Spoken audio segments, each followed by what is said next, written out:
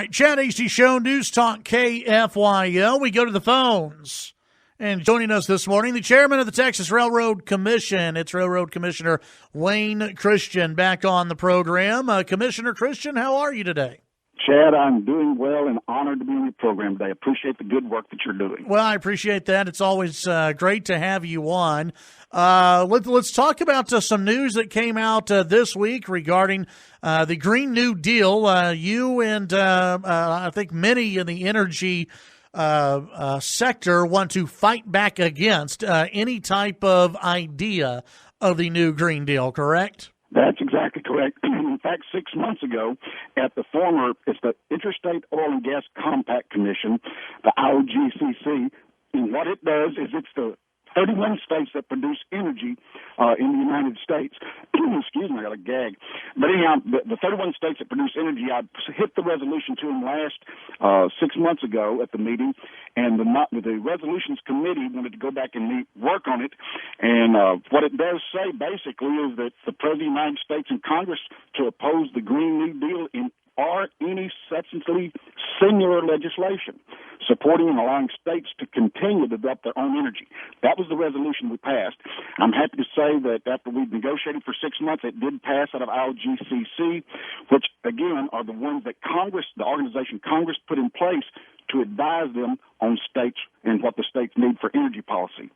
Let's just say, Wayne, and I mean, you've heard the presidential candidates who are running on the Democrat side. I think more than half of them have embraced the new Green Deal, or at least aspects of the new Green Deal.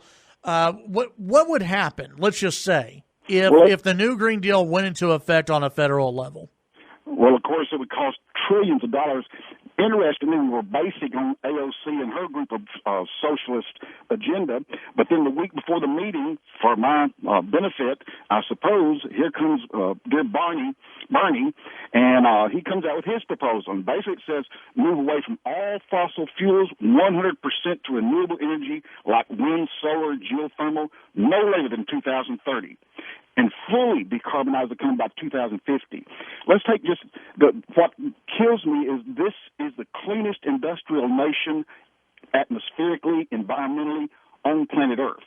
And we're going to shut down what has been used to clean up the environment. It's the logic is gone on this. It's become a new religion by these socialists running for president. And they believe absolutely false science, as you and I have visited before on, and they have turned it into a religion by which they want to change America. Frankly, Texas is within 9 votes in the Texas House of giving these folks the redistricting map for the next 10 years. And the frightening part is then those national socialists will be able to implement their plan of shutting down oil and gas. Right when in the Permian Basin, we have discovered the largest supply of oil and gas in the history of the world. It's scary. Yeah, absolutely. So what can... what are you urging for Texans to do and when it comes to fighting back against these type of measures? The term you used, fight back.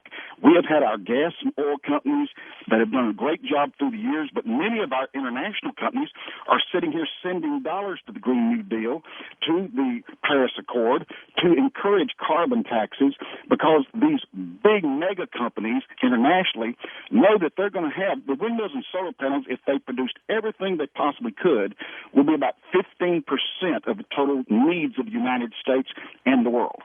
If they do that, then all of a sudden we're going to wind up with, like New York, for example. New York had a blackout about a month or two ago. They're going to have more blackouts because they've already implemented this new Green Deal where they're doing away with gas and oil. And a lot of people aren't aware of that Permian Basin find that you're near out there is the entire amount of oil and gas, that was oil especially, that was available in the entire United States from Alaska through Texas was 40 billion barrels projection. They're through just 4 of the 7 identified layers or zones out there in the Permian Basin, and it's already 46 billion barrels.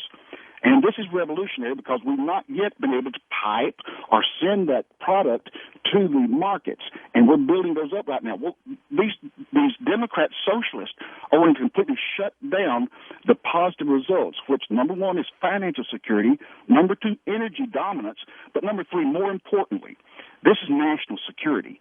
Our young men and women would no longer have to go to the Mideast to clear the way for us to have energy from those folks.